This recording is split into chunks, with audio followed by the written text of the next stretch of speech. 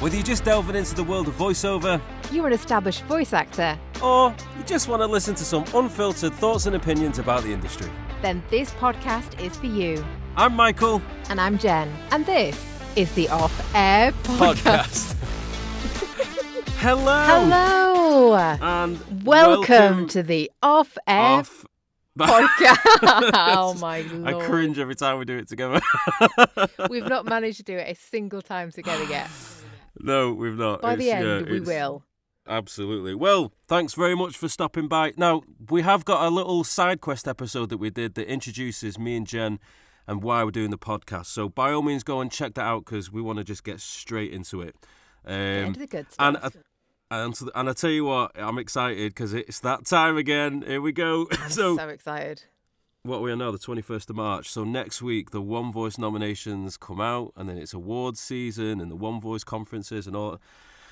Yeah. You've submitted some stuff, haven't you? I have submitted some stuff. I've submitted quite a bit, actually. I was in very much the attitude of, fuck it, let's just do it. Forget the Imposter Syndrome and just crack on. Yeah. It's just that thing, innit? It's like, you know, when it's coming, like, if you've been nominated before, it's that, I don't know, I can't speak for anyone else, but that pressure that you put on yourself, like, oh, please let me get nominated again. Yeah. I mean, if you don't, you don't. But yeah, it's just, I think when you've had a couple nominations, it gives you that sort of like, it gives you like a little bit of a boost. And inevitably, you want to sort of maintain. I mean, you're not going to get nominated all the time because people are coming into the industry quite often. People, you know, getting better all the time. So the competition is always rife. It's fierce, isn't it? Really fierce. Is it worth, Michael, just giving a bit of an introduction about what the One Voice Awards are for anybody who is not aware of them? What are the One Voice Awards? So the One Voice Awards it's like the Oscars for us, isn't it? Yeah, the Oscars. I've heard that before.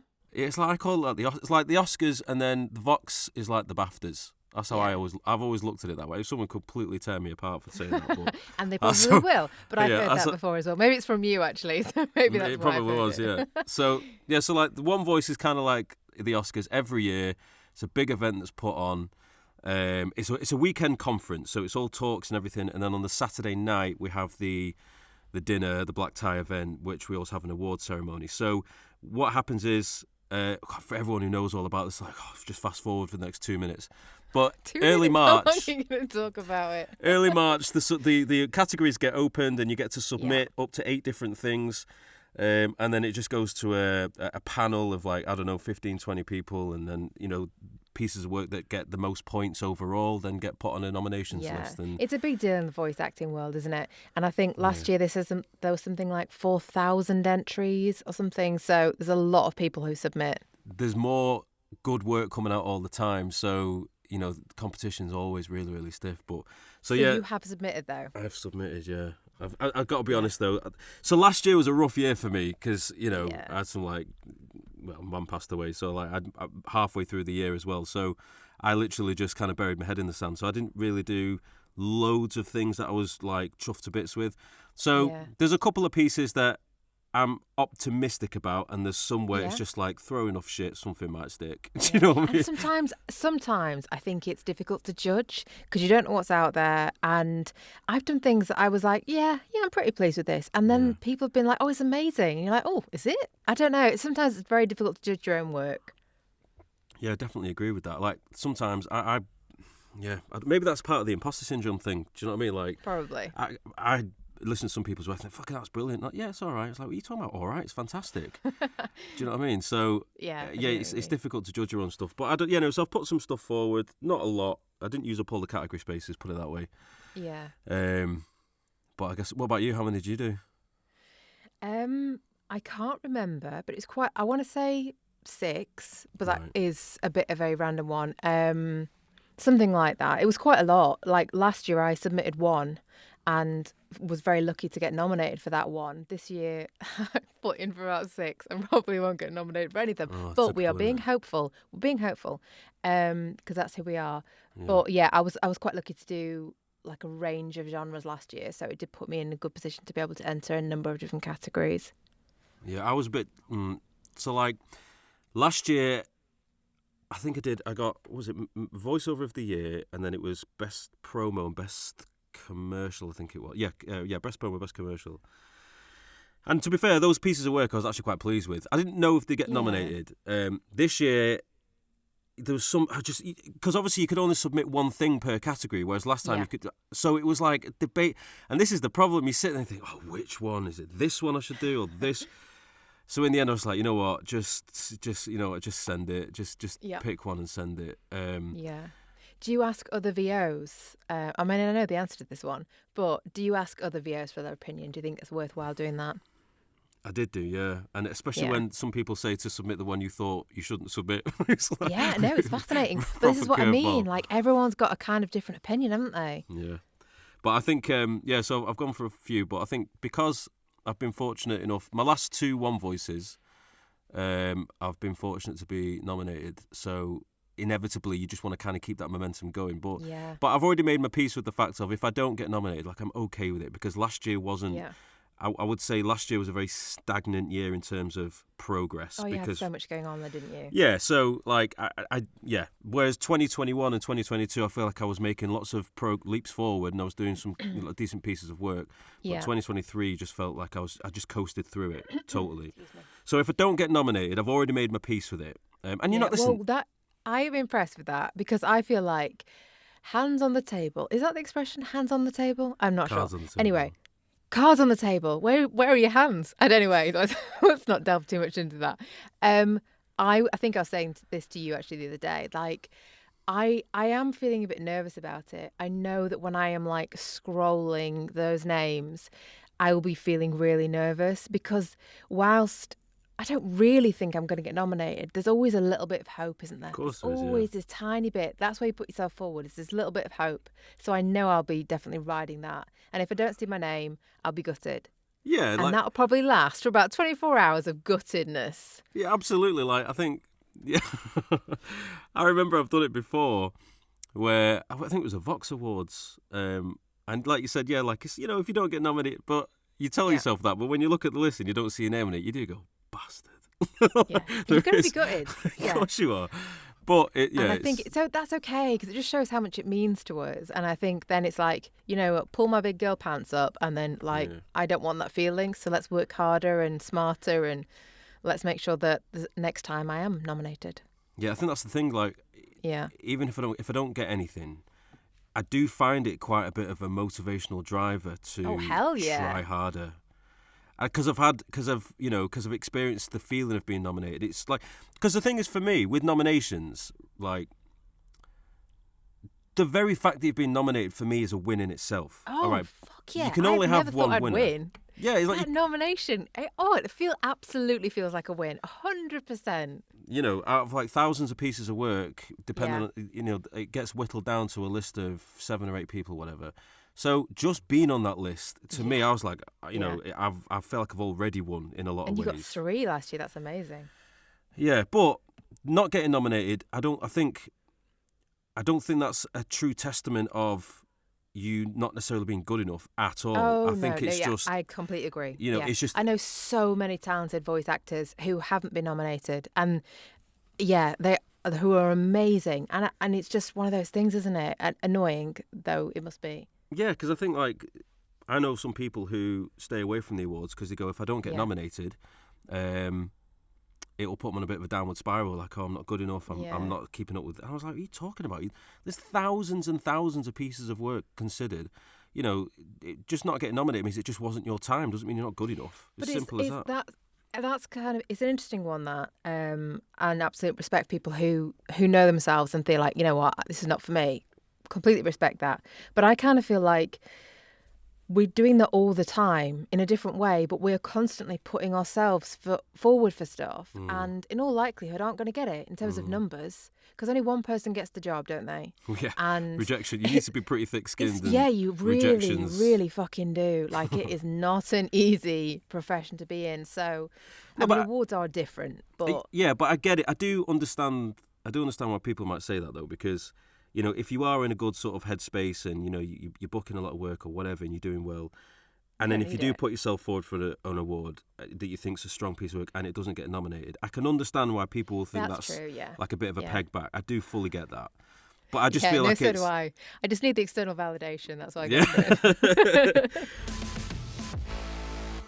As much as the award season is fun and I can't wait for it, and irrespective of nominations, just the the conference is coming up and seeing people and just an excuse to have a few drinks and get dressed up or whatever. Yeah, I mean, totally. Like, I do care if I get nominated, but even if I don't, I will try and be there because I love it. I love cheering people on. I love the vibe. I love getting dressed up and maybe having a few drinks, and I mean, definitely having a few drinks, but just, I just love it. It's so much fun. I love, that's like amazing for me. I love it. It's funny as well because like the first time you go and you get to know, like if it's kind of new to you, you kind of want like your best behaviour a little bit, but then when you get to know each other a bit better, and it's like right now, I don't know. Last year was out. My first year, and I'm pretty sure I wasn't Uncle Knobhead, but maybe someone can get in touch and tell me if I was.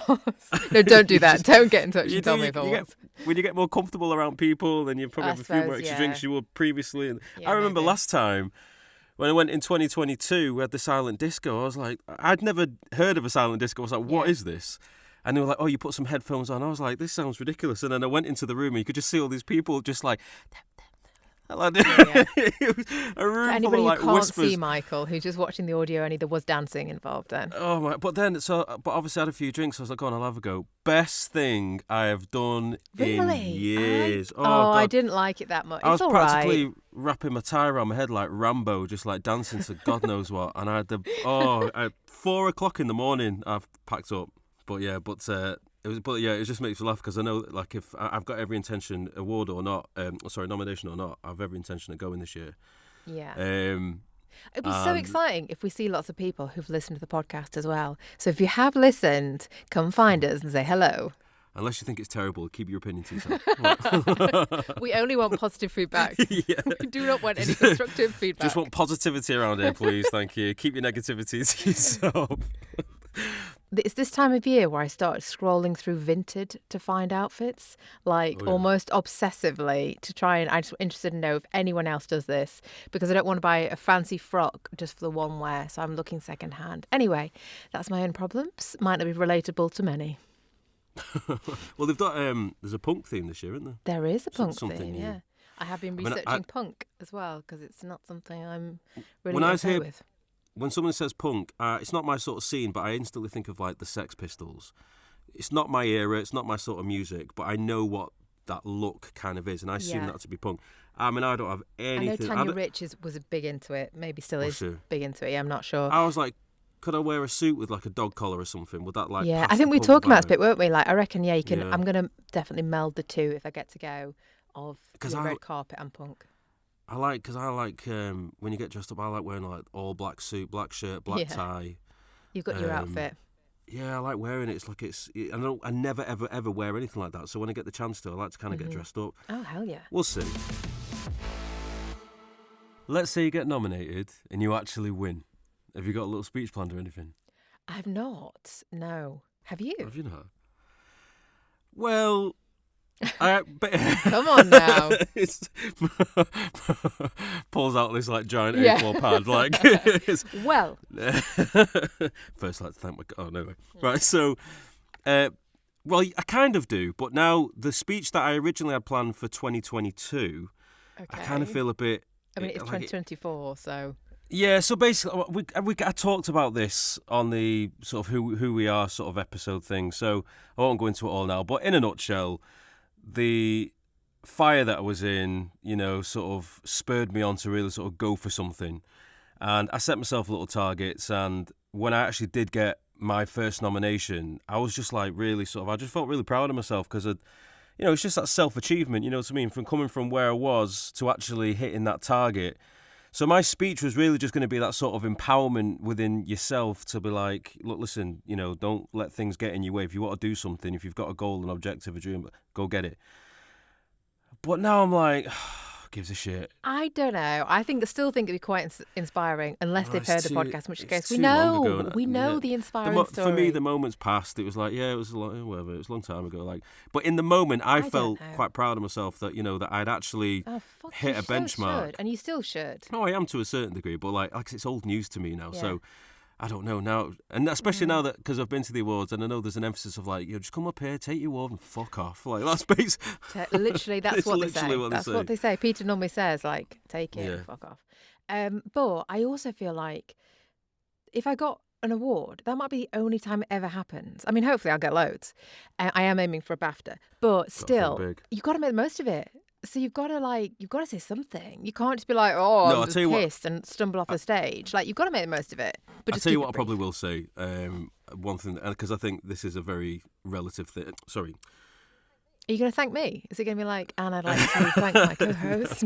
No, but no, I think I was actually just going to throw a lot of light on the VO community. I was just like, listen, when I was first starting out, there was a lot of faces in here who don't know me personally, but me seeing your content, your stuff that you put out to help people, helped me tremendously. So it was just really just to give thanks for that. It just as a community, it gives back a lot, doesn't it? It is.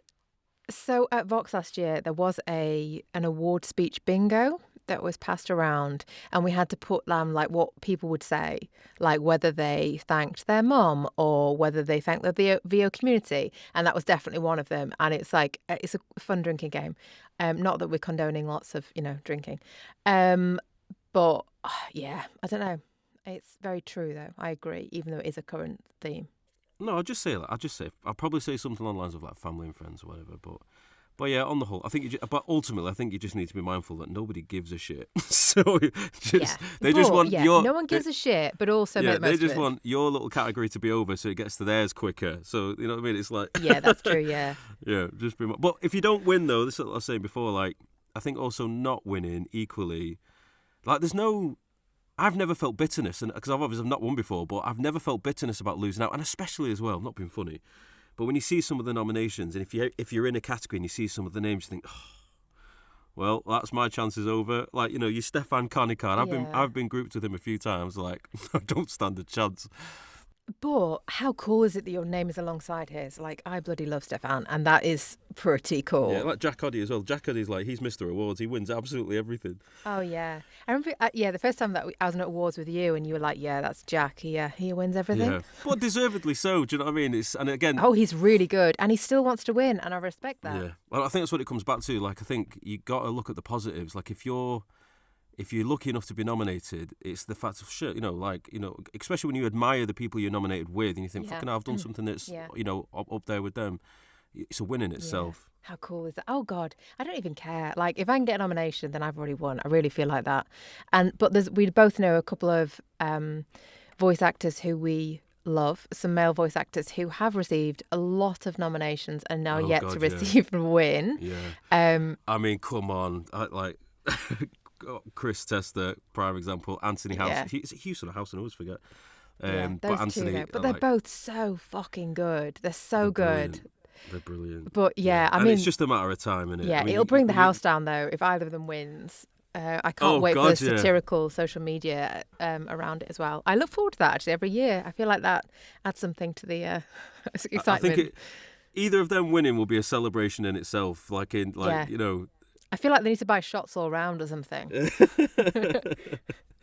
I remember when I went to my first Vox, I don't know who she was, but there was some woman that finally won, and I remember she got on stage saying, I've been nominated 13 times, and I was like... It was Julianne Dean, I think.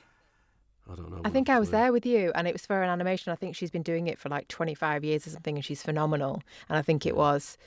I'd be amazed, actually, if I've got that right, because my memory's shocking, but I feel like it was. I can't remember what she looked like, never mind her name. Okay. She's done well there. So, but I remember getting on stage.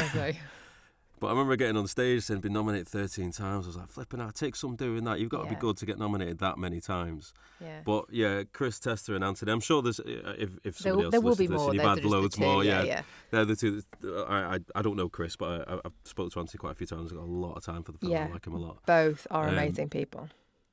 But yeah, their time has to come soon. I feel like getting a petition going. But I think maybe... Sorry.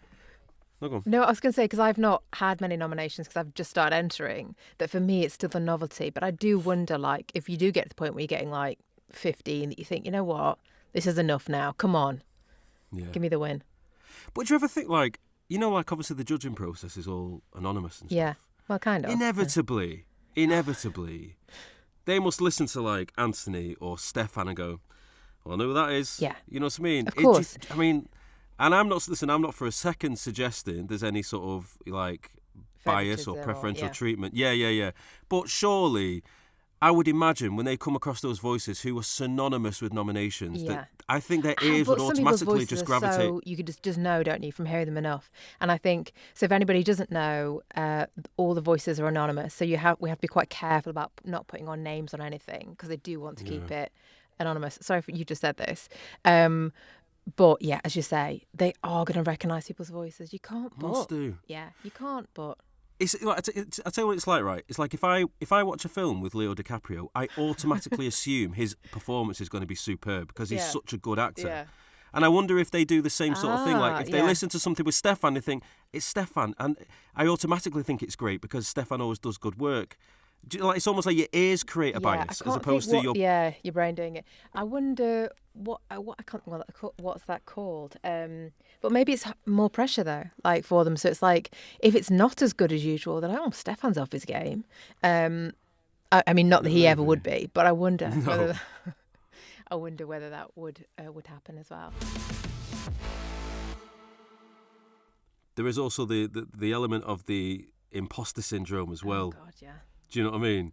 So when it comes to like submitting stuff, I don't think it's good enough, or if you don't get nominated, or maybe it's, I'm not up to par with some other people. So many people won't enter because they don't think they're good enough, and that makes me feel really sad. Like I think I started this. It made me. I started this by saying like, "Fuck it, I'm gonna do it," and like you have to get past the not feeling good enough because I think we all feel like that. Yeah, and really you've got nothing to lose either. No, literally nothing because it costs nothing. This one costs nothing. But I do understand why some people might protect their mental health with it. Yeah, and say, that's well, stay away, though, just on the safe side. Yeah, but that is imposter syndrome kind of winning. Well, maybe, but I think some people it's not healthy for them. And I think if you can recognise that and then don't go for it. But I think it's slightly different if you want to do it, but you're just a bit scared or you just don't think you're good enough, then I think, oh gosh, I mean, if we'd released this earlier, I'd be saying to people, in fact, I did put a post actually on the podcast thing saying, what have you got to lose? What have you got to lose? And I just want people to believe in themselves. But also, I want to start singing now. But imposter syndrome also goes the other way, where you can actually maybe get nominated or like you book a really amazing job and people go, really? Me? You want me? And it's like, yes, you're fucking good enough. Yeah. Like, you know what I mean? It's a weird phenomenon. I think that would be in my speech if I want to be like, I'm sorry, really? Me? You're like looking around the room and be like, are you joking? You just wait, like, if your name gets called out and you just want to wait an extra 5 seconds for someone to go, oh shit, sorry, no, I didn't. I meant, wrong one. But it never comes. Yeah, it's a weird phenomenon, but I think it's something we all sort of go through at certain. Yes. I mean, I speak to like other VOs, stuff like I have like a bit of a circle with, and it's one of the things that comes up the most. And these are multi-award winning voiceovers. Yeah. They are fantastic, and it's like we're all just human. We all just go through those emotions. Yeah. Well, I think that pretty much wraps us up to the next one. Yeah. Come back again next week. Yeah, please. Subscribe, like, do all the things. We've got some fun people coming on. Oh, we have. We've got some plans for live episodes, but that's in the works. It's not planned as yet, but there's some fun stuff coming up with some fun people that we're going to have some just very relaxed, open conversations with. So stick about, and we sincerely hope you enjoy it. And by the way, if you do see us at One Voice, and all the episodes will be out by then, and you've got some constructive feedback, by all means let us know. Give it to Michael. Yeah, because, without... Jen doesn't want it. Jen will be having a good time. Always, I know I joked before about keep your negativity, but all feedback is absolutely relevant. So, if you feel like you want to share something with us, good or bad, by all means do it, because it's the only way we can grow. Thank you very much. Please like and subscribe, and please give us a follow on Instagram. We'd love to see you there. Absolutely. Thanks very much for listening, everyone. We hope you enjoyed our first episode of the Off Air Podcast. Come on, Mikey.